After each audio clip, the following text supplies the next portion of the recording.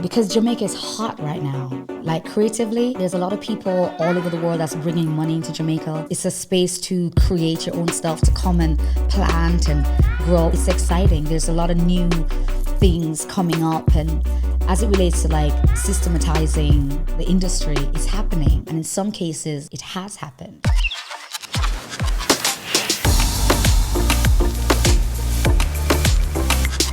Hello, Throp family, and welcome back to another video podcast episode. If this is your first time visiting, a special welcome to you. My name is Winthrop Wellington, and I am the host of On Deck with Throp, where we have meaningful conversations with people from all over the world, all about Jamaica. And today we have a very special guest, a friend of mine, Niesha-Yen Jones, who is multi-talented on television, on multiple television shows, and she is, I think, a very famous person. And it is my pleasure to welcome Niesha to the podcast. So thank you for being here, Niesha. Thank you for having me. It's my pleasure, and I love the show, and I love what you're doing and representing Jamaica and bringing such a positive light to it. I'm here for it. That's awesome. Okay, thank you. Thank you so much.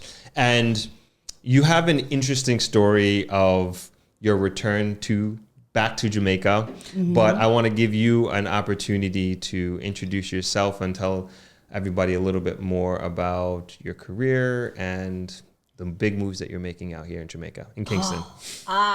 Okay, so I started here in Jamaica, obviously, in the performance scene, if you like. So I did the JCD, which is JCDC, which is Jamaica Cultural Development Community.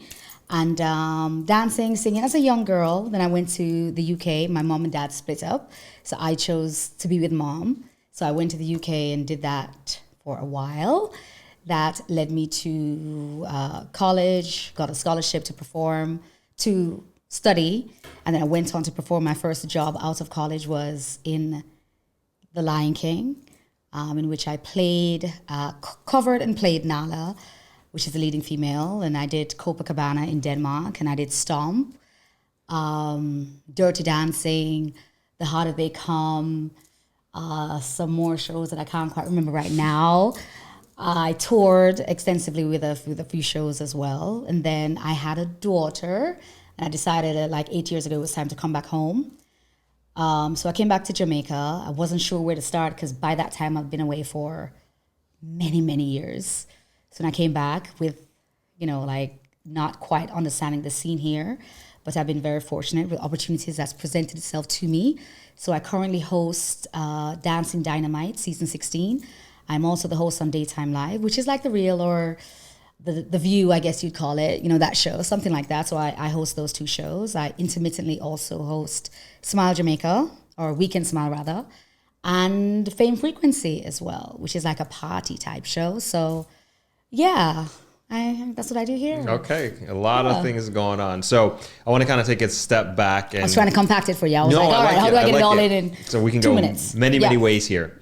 So I just want to get the timeline right of your worldly travels. And so you were born here in Jamaica. Which part? Kingston. You're born in Kingston. Yeah, so apparently I'm a proper Jamaican I because see. of the hospital I was born in Kingston. That's what my mom says anyway, so yeah. What hospital was that? I don't even remember. Okay. Jubilee, I think it was. Jubilee Hospital. Okay. I don't know. I should check. Jubilee All Hospital, right. which means proper Jamaican, Gotcha. Unlike the Jamaican. I don't know. That's what she says. I don't know. And then at what age did you move to Europe? I think it was when I was 11 or 12. I'm going to say 11. Could have been 12. One of those two. Yeah. We're not going to keep this timeline and get my age out there. No. So at some point, that's I'll be like, not what listen, I'm 21, and I've been 21 for a while. So yeah, about 11 or 12, I went to the UK. Okay. And then what motivated you to go into the arts? Well, that actually started here in Jamaica. I was very one of those kids that would run up and down a lot and very energetic. And my mom, I have I have an older brother and an older sister. Well, I have some older, my mom and dad together. I have two elder siblings, and my brother was doing karate, and my sister was doing dance. And mommy was like, "Listen, I'm not driving to a third place, so you can choose karate or you choose dance. Either one, but that's what we're doing. So I went with a girl, my sister, you know. So that's how I got involved in dance. And it was whilst I was dancing here in Jamaica, I was told all the time, if you could be so good, if only you just focus. Because I was on stage, and fortunately I was talented, but I was not very disciplined or focused or cared much, you know? So I used to get, she's so good, but, So I didn't really choose necessarily performing arts. I think it chose me. I see. Yeah. I see. And then you continued that when you migrated to Europe. Yeah. So I was lucky again, because when I went to the UK, I went to high school, and a part of my high school process, when you're in fifth form, you had to do, as well as your studies, you had to do what we would call YT, which is youth training. It's like an apprenticeship type program. And I didn't want to go to a law office. I didn't want to do accounting. I didn't want to do any of that kind of stuff. So I was like, let me go to a performing arts college and see what that was like. So I was able to do that for a couple of years. And whilst I was there, they were like, you are so talented. When you graduate, you have to come here. So people were telling me what to do. Like, come over here. I was like, okay, come over here. Okay. So I just, wandered along. So I ended up going to that college when I was 16, after graduating high school. And whilst I was at the college, I did a couple of years there, or a year. And then somebody from London saw me and was like, you need to come. That was Donald McLennan, and he's from Millennium, which ultimately is my alma mater. And he was like, you must come. I'll offer you. So on the spot, he saw me doing something else. And he's like, listen, you're raw. He used to call me a diamond in the rough. Love him. And he was like, right now, so it was like a Thursday or a Friday. And he said, if you come to London on Monday, we will give you a full scholarship with maintenance, but you have to start. Because we're a little late in the semester. So I think it was like maybe almost October, and, so he's like, you're late. But if you can start on Monday. So at the time I was living in Birmingham, and I didn't know anyone in London. I didn't know anything. And, the persons around me rallied, and they were like, we'll find somebody. So I stayed with this lady I don't know, and was like, hi, and everybody rallied for me from Birmingham to go to London. I did that. And again, they directed me after that as well. And whilst I was at college, I got into Lion King and Copacabana. So, yeah. And did your parents support you going down this path? Well, my father's a chartered accountant. So he was like, what kind of foolishness is this you're doing? Like, what is this? He was very negative. He was like, no. But my mom was like, you can do anything you set your mind to. You can be anyone. So she was always very encouraging that way. So that for me, because I was a mommy's girl, so I was like, I'm going to do what mommy says. Right. So, yeah. And the reason why I asked you that question is that you tend to find the attitude and mindset of parents, just like your father, especially him being an accountant and a business person, right? Is that what can you possibly do in the arts? What can you possibly do as a creator? And I think I would venture to say you were lucky to have a parent that did support you in that way, because there's a lot of dreams that get killed because of either a mentor or a parent or a guardian is like, be a doctor, be a lawyer, be an accountant, right? Yeah. And so I think that's pretty fortunate of you to have your mom support you in your dreams. I am a strong believer in mentorship. And I was not only fortunate to have my mom because she believed. But the problem with my mom, and it wasn't a problem necessarily, but she didn't know anything about the industry or how to or whatever. But she believed. She's like, try. Whatever you're doing, just try. But I was fortunate to go to the college that I went to because they believed.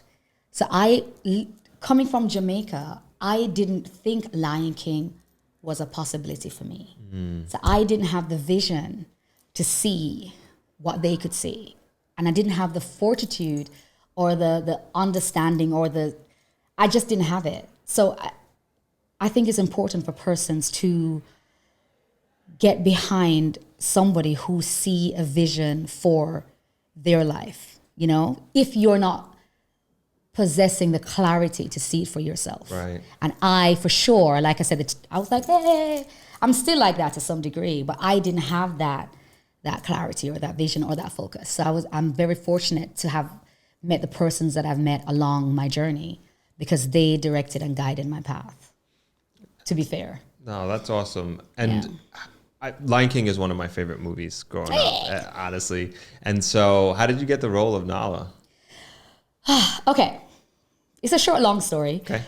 In my third year of college, when you're at third form, you have to do a presentation. That's where all the agents come and you have to perform, and hopefully at the end of it, you get an agent.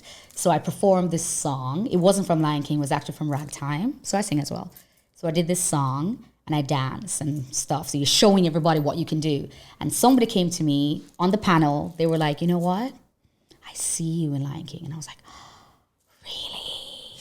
So that put a seed in me, but it also put a seed out in the, performing arts world. So when Lion King was auditioning that year, I got a call to say, yo, can you come and audition for the role? And I'm like, of course I can.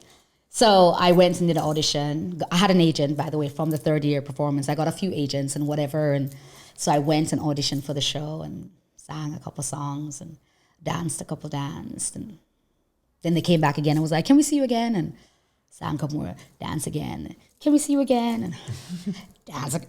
So one more, can we? And then I got a call saying I got the job. Awesome. Yeah. That must have been so exciting.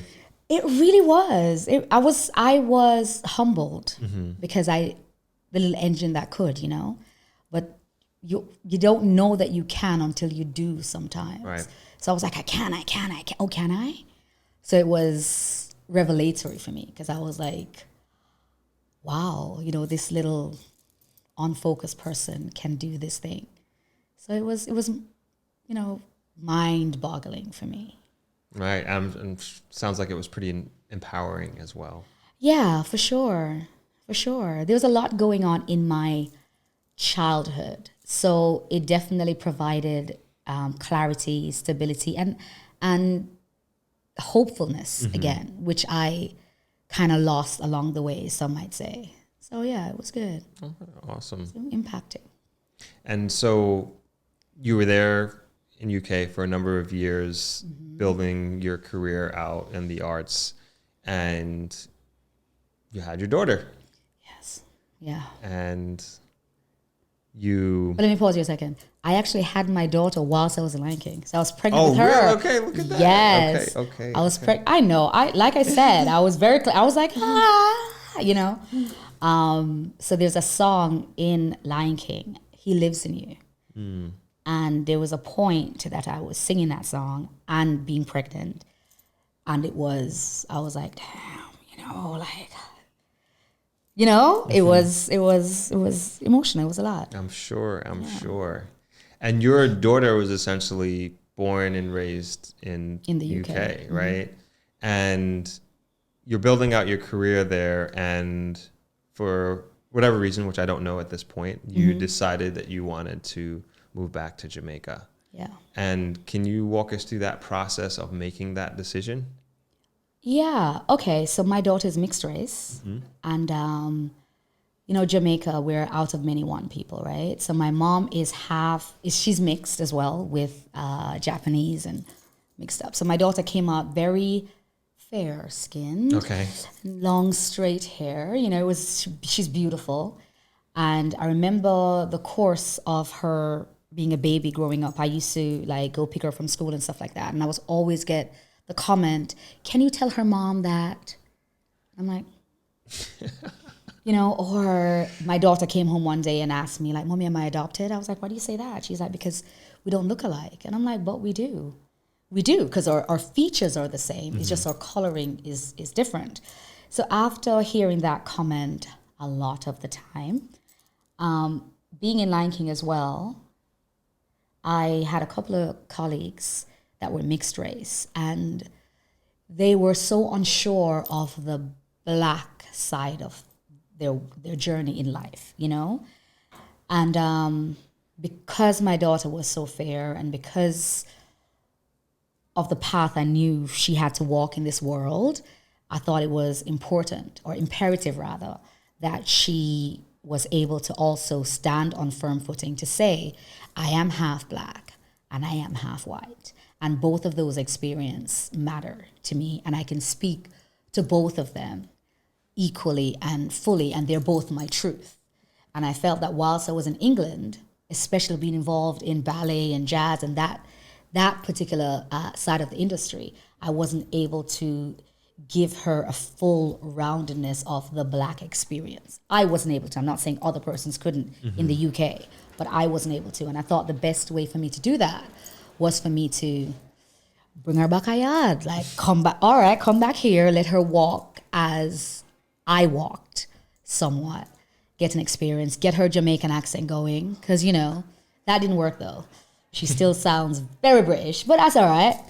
But she lived here 8 years, and she's, you know, almost 9 years now, and, you know, it's her truth as well. And how did she feel about making that transition?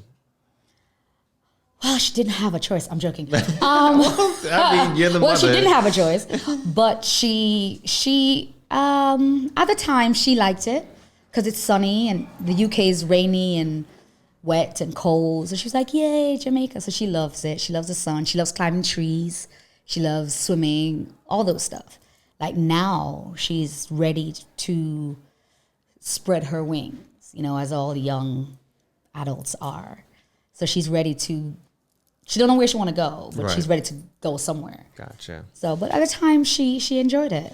She enjoyed it. Okay. And now she can speak to even being in school as a mixed race person in England and being in school as a mixed race person in Jamaica. Mm-hmm. It's very different. But she's able to speak both truths, and that was important to me. Okay.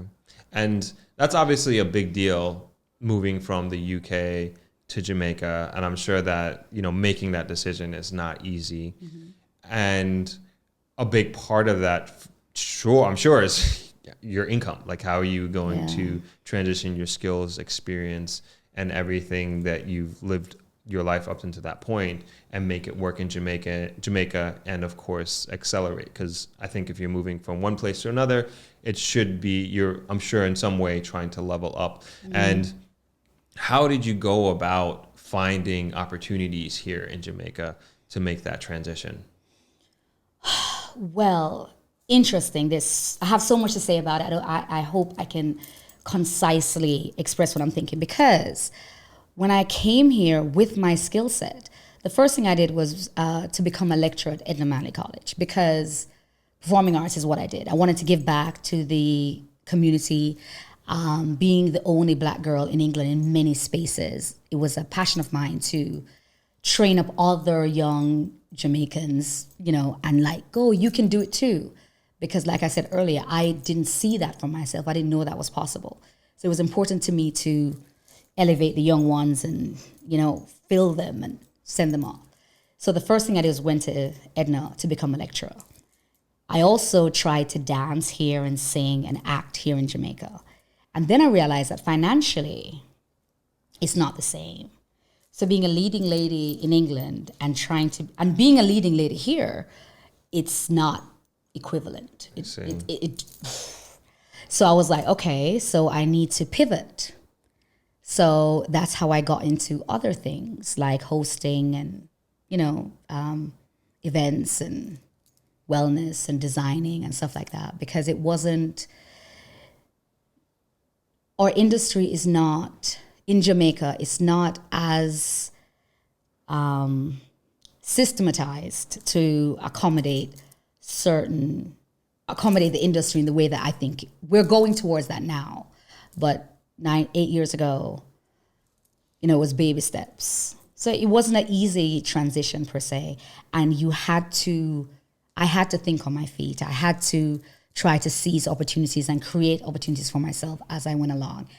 And I'm fortunate that I was able to transcend certain things and to become certain things. Okay. I don't know if that makes sense. Yeah. Yeah, so it wasn't an easy transition per se. For example, in England, like I said to you earlier, I had an agent. So I sat at home, I got a call and I How much is it? Where is it? When is it? How long? No, I don't want it. How much? All right, I'll go. You know, that you can't do that here in Jamaica. Right. There's no agent calling you. And, you know, you have to create your jobs, create your opportunities, write your own shows, direct your own stuff, go out and network and, you know. So that was a big change. And if you weren't willing to, or not even willing to, but aware that that was necessary, then you could fall by the wayside, you know. So it's luck and the universe and the ancestors loving on me and Right. not leaving me alone, amen. Because it could have gone another way. Right, you right, know? right. And you're mentioning the industry is changing and getting a little bit more systematized. Do you think it's on a better trajectory now in terms of having just higher compensation for people in the arts, where it can be a more viable opportunity, a more viable career for especially young people trying to get into the industry? Yeah, I think a lot has changed. I think social media has helped tremendously because a lot of us are able to have conversations that we didn't have before. So you didn't know who to go to. So you didn't, like, persons would call me and ask me to choreograph something or to be involved in something. And I would tell them my fee. And they're like, yeah, but Jennifer will do it for, you know, 1/8 of what you're charging. And I'm like, but Jennifer should not, because the industry standard globally is this. And in Jamaica, we're here. So we should all be charging that. But that's a conversation that we weren't having because we didn't know to have it. So now we're having those conversations. So if anybody get a call to do, you know, a music video or a play or whatever, this is the industry standard and you should not accept anything less. So because we're having those kind of conversations now, persons, corporate industry, you know, brands and stuff, they're more aware. Because I don't know who said it, but I'm sure you may have heard this. People will use you to build their dreams if you're not busy building your own. Right. You know?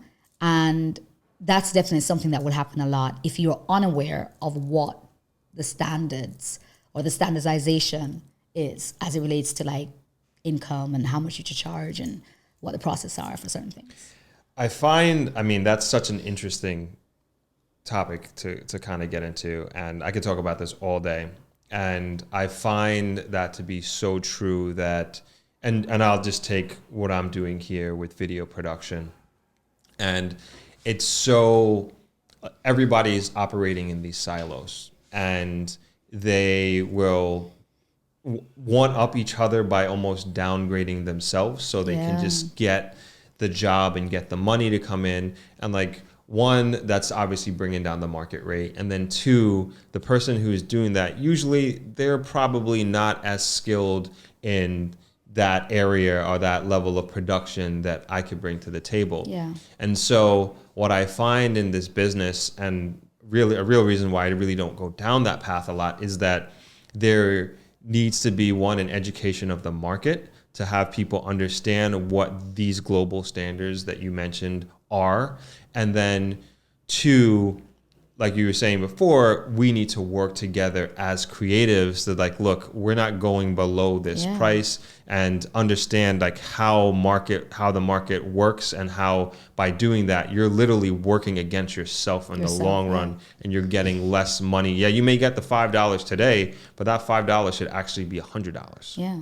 Yeah. So it's interesting that that's in your particular industry, in your lane, that is the same situation. It's exactly the same. And that's why a lot of people would say to me, like, why don't you dance anymore? Why don't you? Because I know what I'm worth. Right. And I'd rather not dance at all than dance below what I know I'm worth. And not everyone is like that. And I'm not saying that everyone should be like that. I'm fortunate that I'm able to, you know, make that distinction.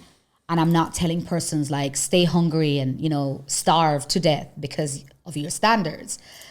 But I know that I've made certain sacrifices and I'm willing to walk a certain path. And like I said, I've created other streams of income for myself that can allow me to say, I will not go below. I'd rather not do at all, you know?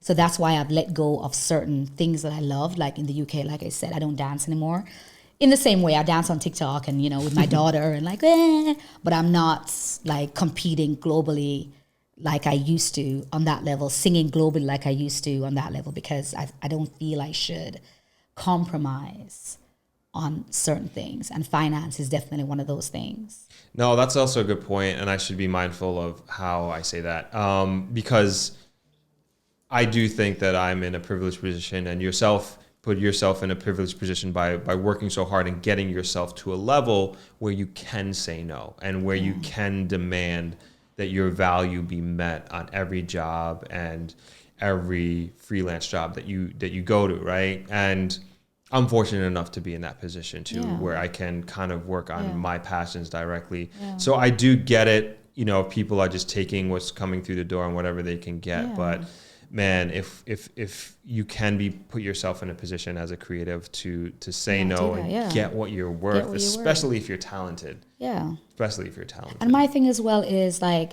I will take anything in certain fields, because there's stuff that I'm learning about that I'm like, ooh, I will definitely come on board here. I will definitely come in at that price point, because I want to learn, I want to grow, I want to continue to evolve. And for me to evolve, I feel in this field or whatever, I need to, like I say, I believe in mentorship.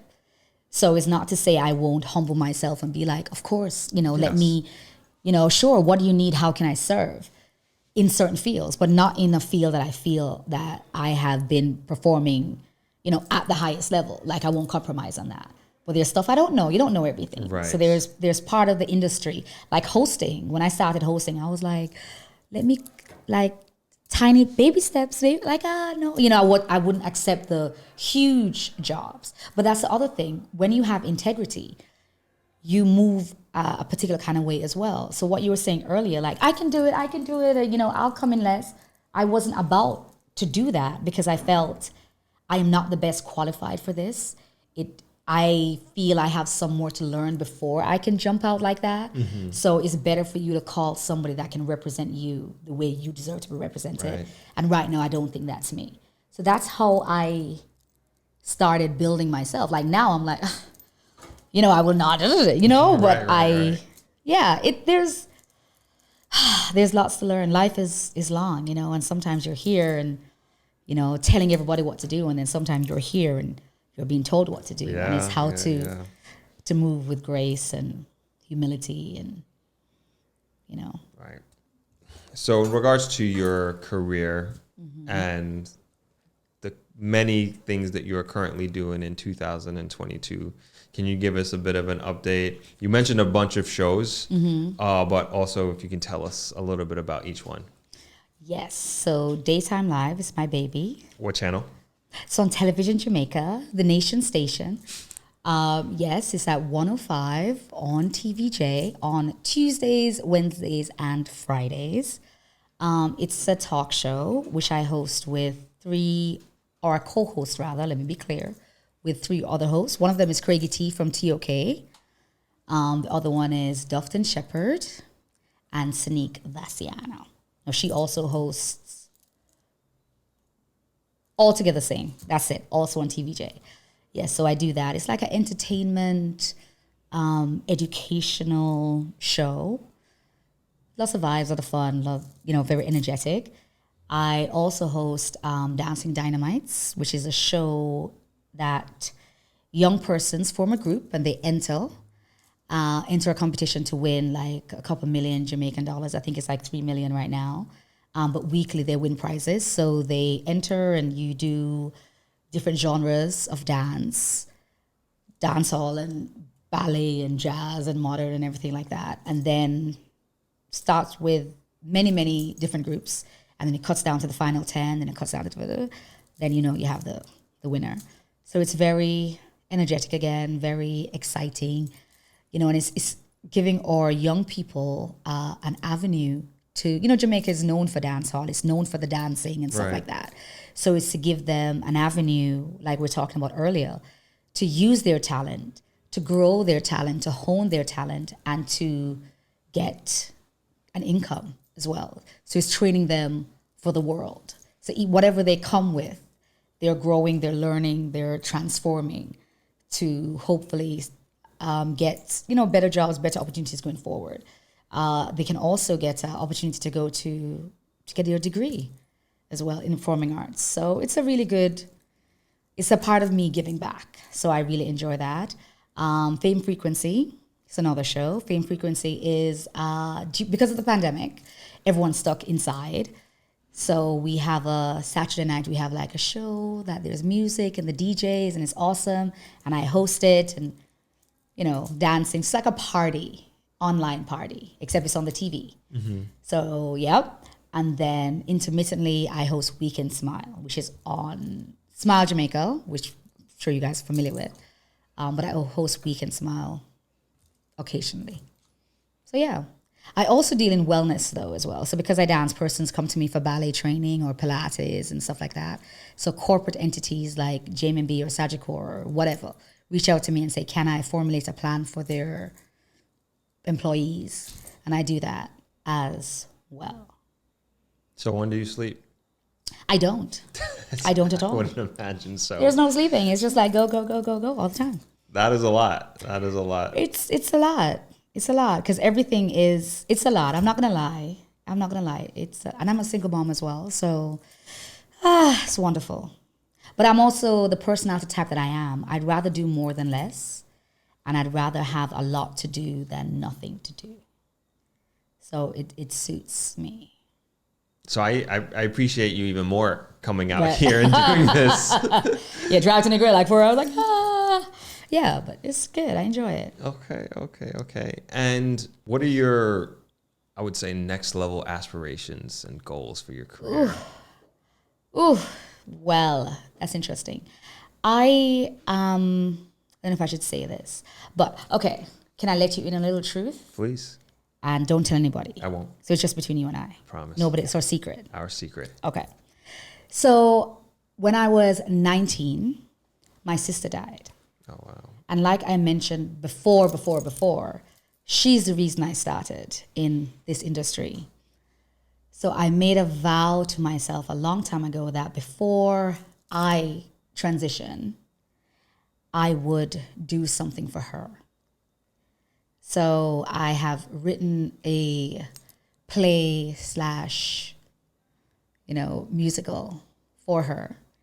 I wrote a treatment of it and sent it to a company, a streaming service that you might all be familiar with. And they really liked it. Amazing. So they asked me to unpack it a little more and send like first episodes, perhaps film the first episode. And I have not done that just yet. So my next level vision for myself is to write stuff, particularly for my sister first, but also I think I have a very unique story myself in just what I've done and how I did it. And as a small girl from Jamaica, doing the things I've done and touring and traveling and, playing Nala in Lion King. And it's inspirational, I think. And I think there's a lot, especially in Jamaica, there's a lot of young people that can't dream that for themselves. And I want to let them know I did it. And I'm not special. So if I did it, you can do it too. So that's something I'd like to do. That's my next thing. I love that. And you're absolutely right. Like super, super inspirational, ridiculously inspirational. And I think a lot of, especially young little girls, hearing your story and understanding that they are probably in the same shoes that you are in or were in at one point in your life. And now look at you. And I definitely wish you all the luck in the world with that. And I hope that online streaming service does pick it up. Yeah. And you get that pilot episode out. I'm sure it's wonderful. And I would love to, at whatever point you feel appropriate, to hear more about it and see more about it. Yeah. And of course, when that does happen, we're going to let everybody know. Yeah, that'd be exciting. Okay, awesome. Yeah. And so I look at you and just hearing and listening to your story and your background, I look at you as such a major asset to Jamaica and a unique one at that. You're so talented. You have this global experience. You are literally bringing the talents an experience that you picked up in your career from the UK, traveling around the world, and you've brought that to Jamaica. And you're fortunate enough, I would say we are fortunate enough that you're in an industry where you can literally share that talent with the entire country. And we all should be proud of you and what you've accomplished. And Thank you. you're welcome. And this could be a silly question, but are you happy and satisfied with the decision that you made to take your career from the UK and bring it to here to Jamaica? I am 100% happy that I did that, because something that we're getting deep. Whilst I was in the UK, there's things I encountered that I didn't know what it was at the time, like racism and colorism and prejudice and biases. I didn't know what it was. You know what I mean? You didn't have a label. Like we're fortunate now with social media that you're able to say, that's white privilege and that's, mansplaining and that's whatever. But, 20 years ago, what's that? What is, I remember I was doing Copacabana in Denmark, and when you're doing shows, the makeup artist comes with makeup. So you don't buy anything. That's something that we're not familiar with here in Jamaica, but you don't buy anything. So they come with your costume, your makeup, your underwear, your shoes, your everything. You don't do anything. Wigs, whatever you're wearing, they've got, And so, of course, I'm the only black person in the show, which I often was in the UK. And she came with makeup for everybody in the show. So, of course, the foundation that she brought for my skin was white, and the lipstick was red, and the eyeshadow was blue, and and I'm there, and the tights, because they're supposed to be, they call it skin colored or flesh colored tights. Mm-hmm. Mine was white. I'm like, that's not my flesh color. That's not my skin tone. And they were like, oh, and they're flummoxed. They're like, you're black. So I felt othered a lot of the time. And I didn't know what that was at the time, because all my friends were like, oh, it's fine. They didn't mean it. It's brushed away. Right. Like, you're just being trite and silly. And I'm sure they've figured it out. And I'm like, but I shouldn't come on my first day. You all get your makeup. You all get your costume. You all get everything. And they're like, ooh, And I had that a lot. Like I said, I did Dirty Dancing. Let me not call, but some shows that's predominantly white. And that was my experience a lot of the time. And it took me a minute. It took me coming to Jamaica to find my strength, to be amongst my people, and to find my truth and to be okay with who I am. And like, no, I'm not pretty for a black girl. I'm just pretty. Your legs, your feet. Oh my gosh, aren't you a pretty dancer? I can't believe you can do ballet. Like, I went to college like that other person and studied this. So I used to take that a lot because I thought, oh, maybe they don't know, or maybe, now or during the course of, I'm like, oh, that's your ignorance. Right. Oh, that's your bias. Oh, that's your privilege. Oh, that's your prejudice, So now I'm able to name it and shame it and claim it and all that good stuff. And it took me coming back to Jamaica to find my people, and be like, okay, it's not just me. Because sometimes you feel crazy. I remember I had an experience. I was auditioning for the White Cat in Cats, and the creator of Cats, the White Cat is a costume, by the way. So Cats is a musical. They did a remake recently, and the White Cat is a white unitard, and the point of the White Cat, she's supposed to be really flexible, legs up here and like whatever, which I had, and I remember the audition. It got down to like 2 of us. And I remember somebody saying to me that you're really talented to have come this far for a black person to be auditioning for the White Cat. Wow. But unfortunately, my dear, we haven't come quite far enough. And I was like, this was in public. So I'm there going, how do I respond? Is that what, So that took me a minute. Stuff like that took me a second to go, oh, this is what that is. So being in Jamaica it was great. I don't regret it because now I don't play. I don't play with my blackness. I don't play with my truth. I don't play with, even being on TV and being a dark-skinned woman with my natural hair and, even that got some pushback. Like, we're not sure how we feel about that because you should be really light and really, and there's this person, what do we do? But I'm representing, I'm here and I'm taking up space for my little dark-skinned girls with natural hair that's coming into this, like you can too. So that's a part of my calling, purpose, desire. So I'm glad I'm here to do it. Yeah, and I was gonna say, like, that was a mouthful. I'm sorry. No. Sorry. Listening you tell that story, like, it upsets me. I've been in positions like that, but I no way where like your appearance means so much more, right? In that you're on TV, you're on screen, you're on stage, and other people are seeing you perform and express yourself and show how talented you are.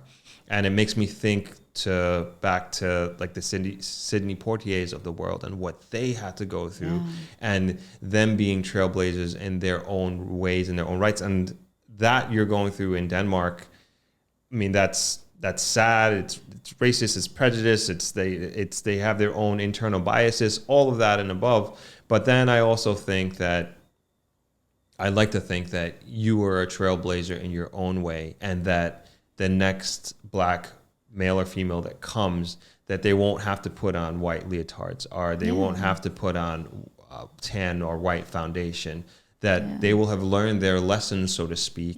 And you, hopefully, you went through that so somebody else doesn't have to go through that. And I feel like we have to continue to do that, not only for ourselves in our own career currently, but we are, and you are, we're playing such an important role in that aspect. And you're probably playing an even bigger role in terms of you being the mother to your daughter. And hopefully she doesn't have to go through certain experiences that you went through and our generation have gone through. Yeah, it's true. And I love Sidney Poitier because I remember actually seeing him on my TV screen when I was younger and being like, oh, that can happen.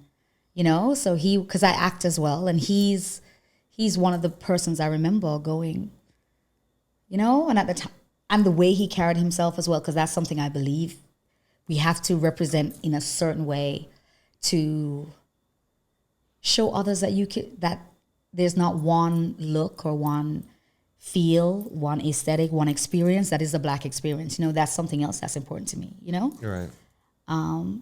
It's important. And I do hope, and I want to say for the person in Denmark, it was ignorance on her part, rather than being racist per se. Right. I also figure you should know better because it's your job to know better. Right. You know what I'm saying? Yeah. And so I'm like, I get that was ignorance for you, but that wasn't okay. Right.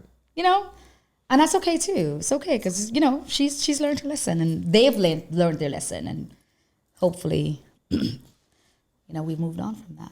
Yeah, and I think I've gone through similar situations of that nature, and sometimes you're put in a position to hopefully change the trajectory of that person or that industry or that job, right? And like you said, many times it's without malintent, and it's just ignorance, right? And it's just hopefully that person is open-minded enough to be like, oh man, that was silly on my part.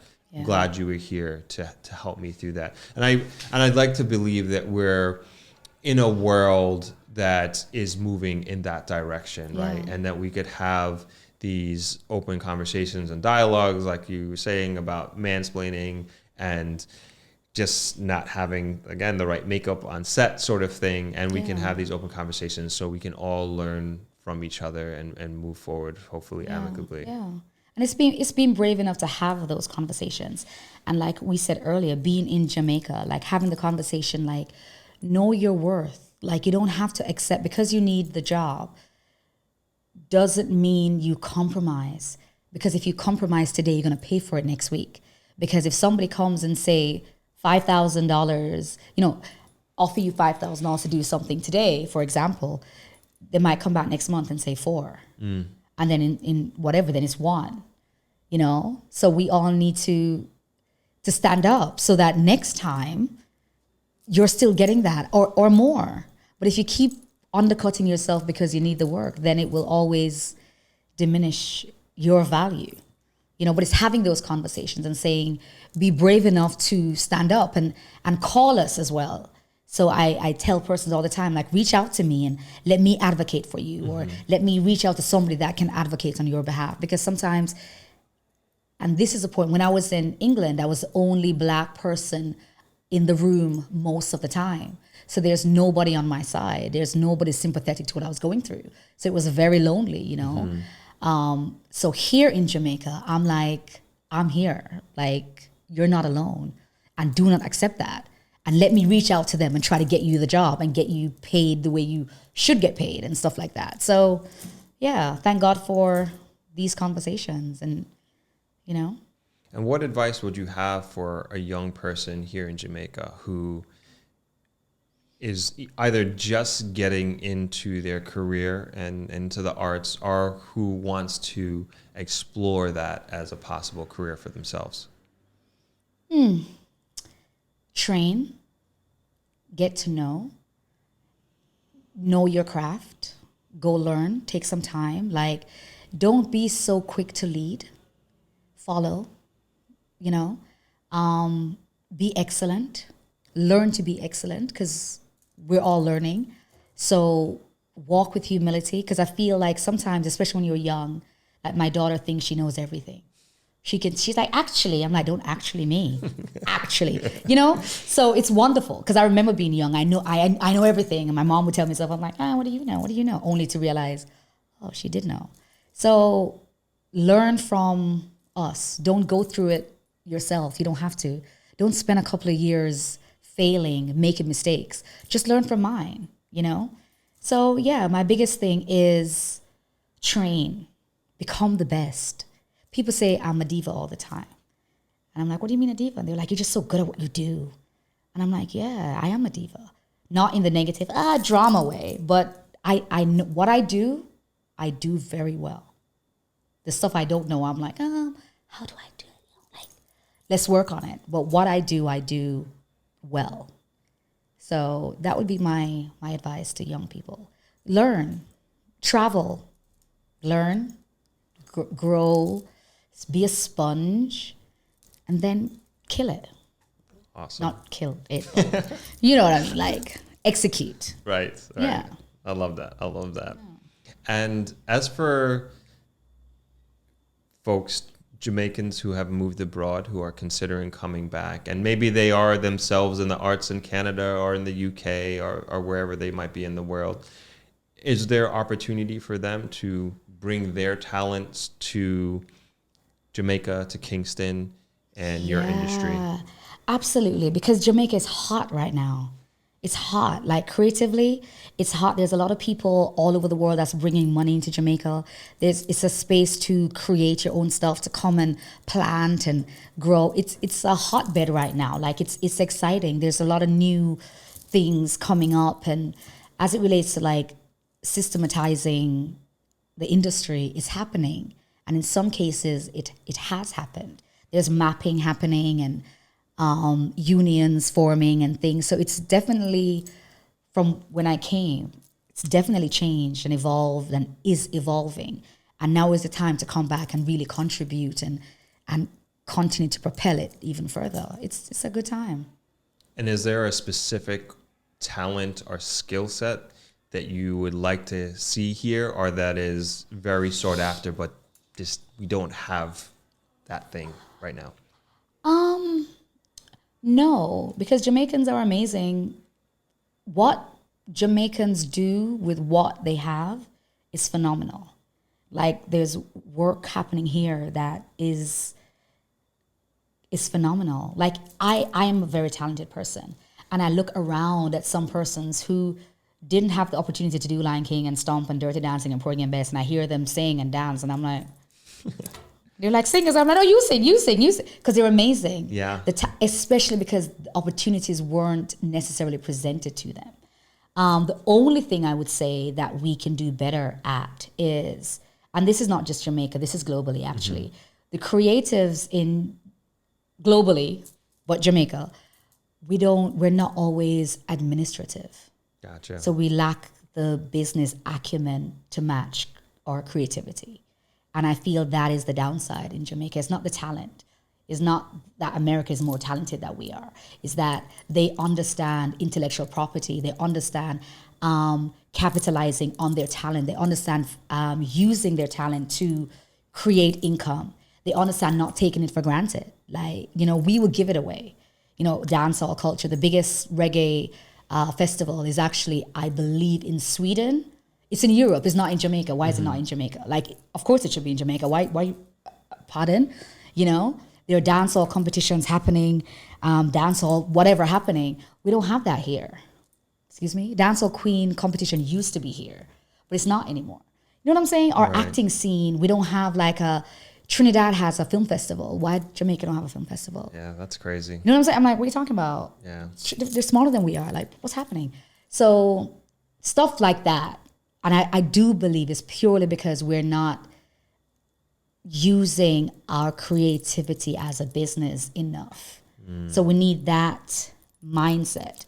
But rather than bringing it in, I would like it to come out of, And would that position be like, and excuse my ignorance on this, would that be like more like an executive type role, our mindset, experience that you would like to see come here? And okay, and manage. Okay, I see. Yeah. So maybe I don't know, some sort of either Hollywood executive or Hollywood agent that could just really just get people's worth, right? But the problem is, let me tell you, so you got to help me figure it out too, because people are looking for the answer. The problem is that when they come, for example, I know there's a show right now on HBO and Channel 4 that's like auditioning right now. And they're coming here to look for talent. But I know the equivalent of what's being paid versus here. So it's like, so persons from the outside will come and use, but you won't get the equivalent of what, say if they're paying somebody £20,000, it might be, £3,000 here in Jamaica. Gotcha. So that's also why I'm like, I want to see Jamaicans being treated, like I said about the global standards, like globally it's the same. So if you have a dancer from, and it happens a lot, like I don't mean to say this, but I know persons who are here in Jamaica auditioning for something, and then they're like, nah, let me go to LA and audition, because in LA I'll get paid this, and in Jamaica I'll get paid that. Just, people, like I say, people use you to build theirs, if you will let them. Right. So I really want the creative industry here in Jamaica, the creative persons, to do it for themselves, like realize your value. Everybody, I would say, everybody in Jamaica, in the industry, go do an MBA. I see. Like understand what business is. Right. And then look at your dancing or your dance challenge or your YouTube video or your I don't know, as a business, as a brand, like you're a brand, and what that looks like. And so you're saying, like, just going back to your example, like say like in LA, a talent scout would come to Jamaica looking for a particular skill, and instead of paying like an LA actor $30,000 for the role, they'll pay a Jamaican actor $5,000 for the role. That happens regularly. Yeah, because a Jamaican actor is like $5,000, not knowing. Yeah, but you should be getting $30,000. So it seems like like you said, exactly, like the business side, like they need representation and to really get everything that they can off the table for that person. That's owed, or Yeah. It's hard. It's hard. I don't know how to, So persons who have ideas on how to foster that type of thinking, because I think it's mentorship. I think it's leadership. I think just coming alongside, that's necessary, especially for the young ones, because they don't know They're like, all I do is dance, all I do is sing, all I do is act or produce or direct. They don't know how to transition that to a career path per se. Yeah, I'm just trying to think, like, as you're speaking, like, what could it possibly be some solution to that? But maybe there can be some sort of partnerships with MBA students at UE or something like that, you know, and kind of, and maybe it could be like on a consultancy basis, you know, and just kind of help them out. You know, you have these people who are left-brained and putting them together with the right brain, and they could kind of help each other out. I don't know, just a thought, right? I agree with that. Just a thought, just to kind of help them along. Because like you said, I see that even here in Negril, you see the talent. It's crazy. It's crazy. Crazy. And you're just like, you're here in Little Negril and you're doing, and like from everything, from dancing to singing. Designers, painters, like artisans, when you see like sculptors, you're like that's amazing. You know, and they're like and when you just give me a 5,000 or whatever, and you're like, actually, that's worth like $180,000. But you don't know, and you will accept. Yeah. Right. So it's No, it's interesting. Like just you educating me on that. So definitely gonna put some more thought into that after this conversation. No, for sure, absolutely. So with that, Niesha-Yen Jones, Miss Jones. Yes. This was awesome. This is a great convo, and I learned a lot, not only about you, but obviously the arts industry here in Jamaica. But where can people find out more about you in terms of connecting with you on your socials, etc.? Yeah, it's really hard because it's like my name on all platforms. Okay. So on Facebook, it's Niesha-Yen Jones. On Instagram, it's Niesha-Yen without the hyphen. On TikTok, it's Niesha-Yen, and that's Neishayen. Just one long word, even though in real life, it's Neisha-Yen. So it's just Niesha-Yen, and I'm the only Niesha-Yen in the world currently. So if you Google me, it's me. I did that actually, and you did right. There's only one. The top, right? Exactly. Yeah, there's only one Niesha-Yen. Okay. Hey, mommy was smart. For now, I don't know. In a couple of years, who knows? But for now, it's.